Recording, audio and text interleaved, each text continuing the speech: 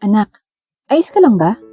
Pag-aalalang tanong ni Manong Agosto nang makitang nakatulala ang kanyang anak na si Clarissa. Dahil dito, biglang nagulat ito sa pagtatanong na yun. Ayos lang naman po ako, Ama. Bakit po? Tanong pabalik ni Clarissa kahit halata dito na nag-aalangan ito kung anong sasabihin niya sa kanyang ama. Para itong balisa at talagang nagdududa na rin si Manong Agosto sa mga ikinikilos ng kanyang anak ng mga nakaraang araw. Ang anak niya kasing si Clarissa ay hindi pala kwento patungkol sa ibang bagay, bukod sa pagtulong nito sa kanilang hanap buhay. Napansin ko lang kasi na nakatulala ka, anak. Tanong pabalik ni Manong Agosto. Ngumiting pilit na lamang si Clarissa at sinabing, "Wala po ito. May naisip lang po ako patungkol sa project namin sa school." Pagdadahilan pa ni Clarissa sa kanyang ama na si Agosto. Ang totoo ay ayaw niya lamang malaman o ipaalam pa sa kanyang mga magulang ang madalas na nangyayari sa kanilang klase. Kaya't pilit na lamang pinagtatakpan ni Clarissa ang katotohanang madalas siyang pagbulungan ng mga kaklase niya na akala mo'y mayroon siyang malubhang sakit. Kahit wala naman talagang dahilan kung bakit siya napapaisip at kung anong dahilan para maranasan niya yun. Napabuntong hininga naman si Manong Agosto at napangiti na lamang dahil buti na lang ay wala naman palang dapat ipag-alala siya para sa kanyang anak na si Clarissa. Ganun ba? O sige, kung yun talagang iniisip mo ay paniniwalaan ko. Sambit pa ni Manong Agosto habang nakangiti. Ngumiti naman si Clarissa at sinabing, "Opo, dahil patungkol lang po sa project namin ang iniisip ko. Kaya, halika na po tay. Maglalakaw po tayo ng buko." Aya pa ni Clarissa sa kanyang ama habang nakangiti. Sa kanila inumpisahang gawin ang kanilang kabuhayan. Sila kasing magpapamilya ay nagtutulungan upang kumayod at madalas ay kanya-kanya ang gawain ng mga ito. Noon pa man ay sa bukuhan lamang sila kumukuha ng kanilang kabuhayan na magpasa hanggang ngayon sa mga oras na iyon ay sila pa rin ang nagtitinda ng buko. Halos araw-araw ay naglalako ang mga ito ng paninda nilang buko. Dalawa lamang ang anak ni Manong Agosto at iyon ay si Clarissa at si Buboy. Panganay ang anak niyang si Clarissa at kasalukuyang second year high school na ito. Ang anak naman nilang si Buboy ay grade 6 pa lamang sa elementarya.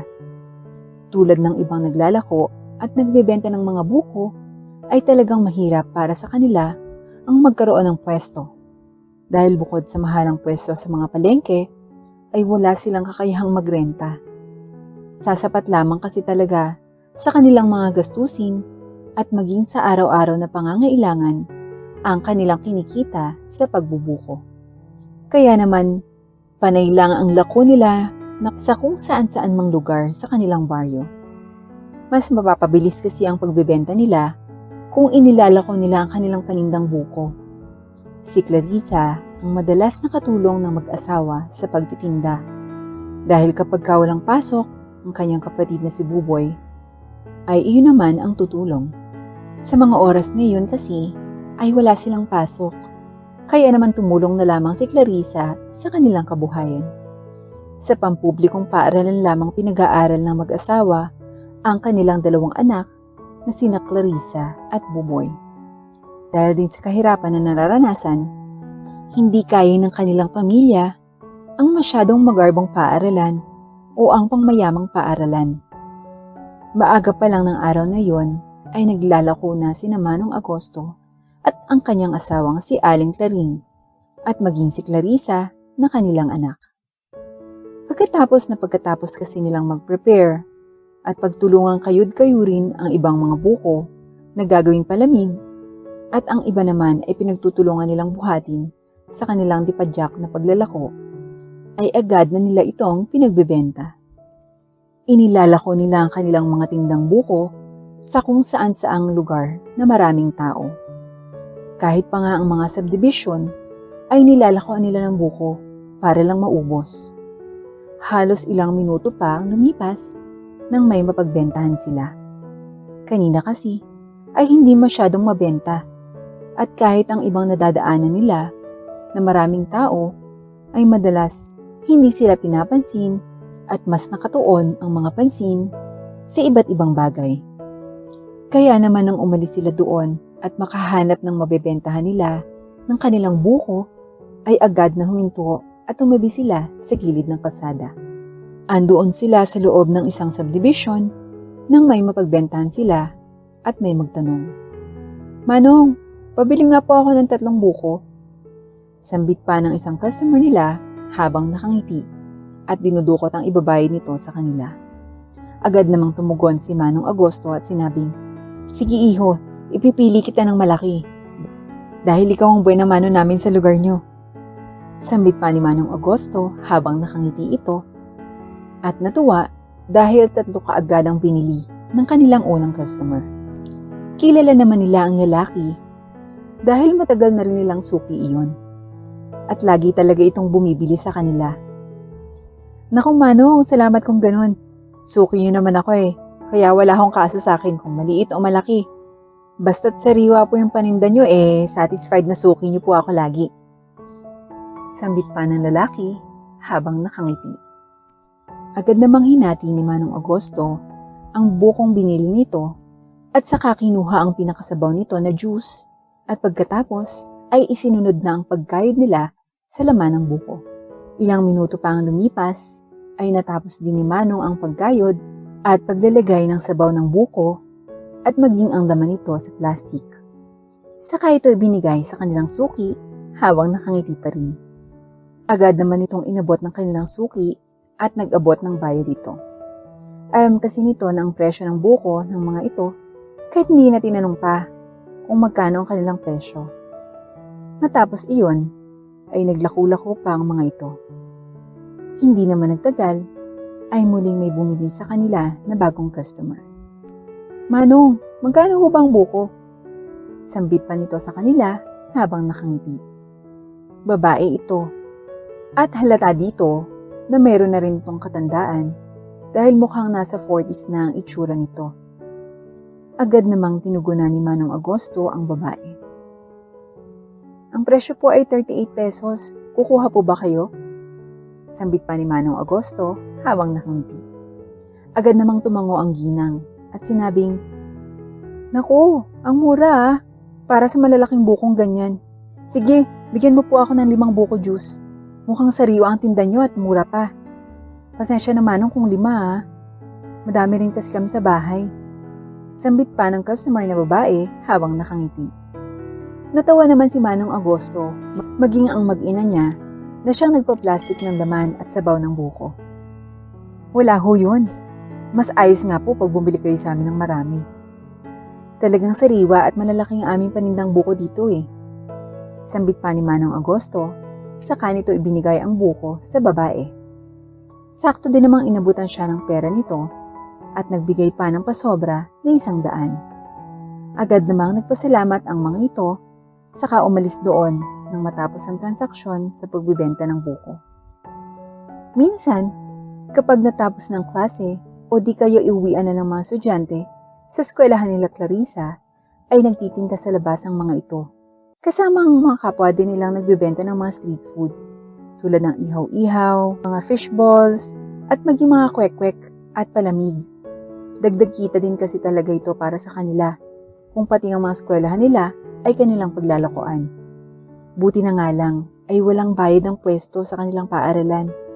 Walang problema sa eskwelahan, basta't puro pagkain lamang at para sa mga bata ang paninda. Kaya naman maging ang pamilya ni Clarissa ay naroon para magtinda.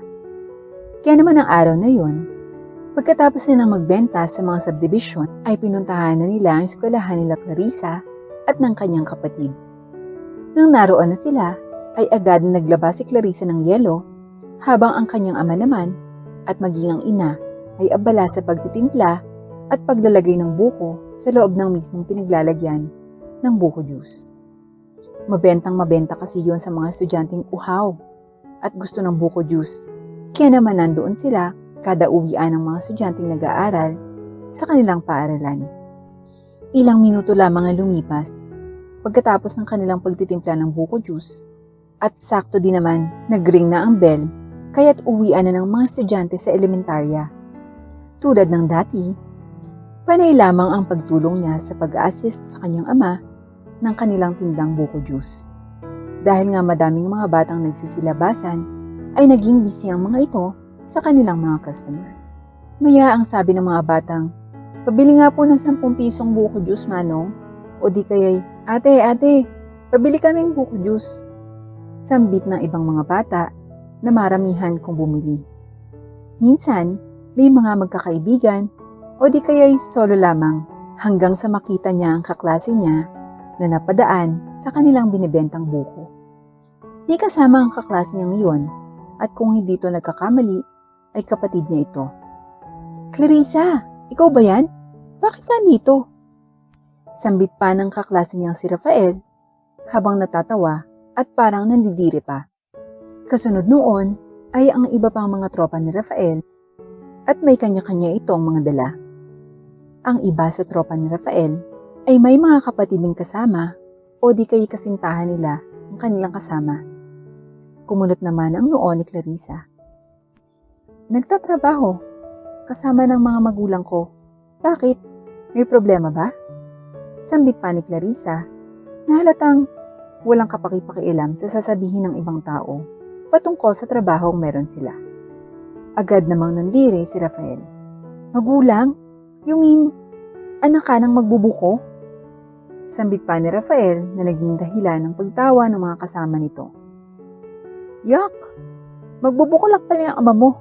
Kaya pala tuwing papasok ka, dala mo rin yung kadiring amoy. Ew!" Sambit pa ng isa sa mga kaklase ni Clarissa, dahilan kung bakit nagtawanan muli ang mga ito at pinagkaisahan ang ama ni Clarissa. "Anak na isang magbubuko ang kaklase naming si Clarissa. Kumawa ka naman, sobrang hirap mo pala. Pabili nga ng buko, baka sakaling yumaman kayo." Sambit pa ng isa at tawa ito ng tawa. Maski ang ibang mga kasama na kasintahan nila ay nakitawa at nangutya o nambuli na rin. "I totally agree. Tara, pili tayo ng maubos at matikman naman ang buko juice nila. Hope it won't taste awful." Sambit pa ng babae ng isa sa mga tropa ni Rafael. Sa totoo lang, ng mga oras na yon ay hindi na nagugustuhan ni Clarissa ang mga sinasabi nila at nakikita ng ibang tao na napapahiya ang ama niya. Pero dahil nga ayaw ng gulo ng tatay niya, ay hindi na muna niya pinapatulan, ngunit nang umorder at inumin ng mga ito ang buko juice na gawa nila, ay nagsiangal ang mga ito. "Ew, so gross! Not fresh at all!" Sambit ng iba sa mga ito habang nandidire at kunwari ay nasusuka. "Yuck! What kind of buko juice is this? Ew!" Sigaw pa ng iba na kinukustyon ang buko juice na tinimpla nila kanina. Habang kunwari na nasusuka. "How come you sell this? Eh hindi nyo nga ma-perfect yung lasa. Ang sama ng lasa. Ew!" Sigaw pa ni Rafael at nandiri ang mga ito nakala mo'y naduduwal. Agad namang kumuha si Clarissa ng isang timba kung saan doon inilalagay ang mga basura. Inalis niya ang mga basura doon, saka siya kumuha ng tubig at saka isinabon niya iyon sa mga ito. Nagsitigil sa panlalait at nandiri sa baho ng ipinaligong tubig sa kanila, dahilan para magsiangal ang mga ito at magsireact. "Ew! Gross!" Sambit pa ng mga ito. Agad naman nilang binalingan si Clarissa at akmang magsasalita ang mga ito nang pigilan sila ni Clarissa. "Dapat lamang sa inyo yan. Sobra-sobra na ang natatamong pang-aabuso at pagmamaliit na ginagawa niyo sa aking ama. Hindi niyo alam ang salitang sakripisyo at kung bakit kami nandito para mag-offer ng buko juice sa mga tao na nandito. Ginagawa namin to, hindi lang para kumita ng pera, pero para makakain at may maipambili kami sa araw-araw na pangangailangan. Hindi namin kailangan ng peking awa at ng pang-iinsulto at pagmamataas nyo. Baka nakakalimutan yung galing din kayo sa mahirap na pamilya para mag-inerting ganyan. Pampublikong paaralan ang pinanggalingan nyo. Kaya huwag niyong ipagmamalaki ang ginagawa nyo. Kung kayo, sinusubuan pa rin hanggang ngayon, ako hindi na. Dahil mas gugustuhin kong magtinda at magsakripisyo pabalik para sa mga magulang ko. Kayo, ni hindi nyo nga kayang magbenta para makakuha man lang ng pambili ng underwear nyo. Hinihingi nyo pa rin sa mga magulang nyo. Ayos lang naman sana na akong alipustahin nyo. Pero ang ama ko, huwag na huwag nyong gaganyanin. Magsilayas kayo sa harapan namin, mga puwisit. Sigaw pa ni Clarissa na nag-iinit ang dugo dahil sa panlalait at pagmamaliit sa propesyon ng kanyang ama. Matapos iyon, ay nagsialis ang mga kaklase niya, saka nakita niya kung paano napahiya ang mga yun. Nagtawanan pa ang mga tao sa paligid nila dahil sa biglang paglayas ng mga yun.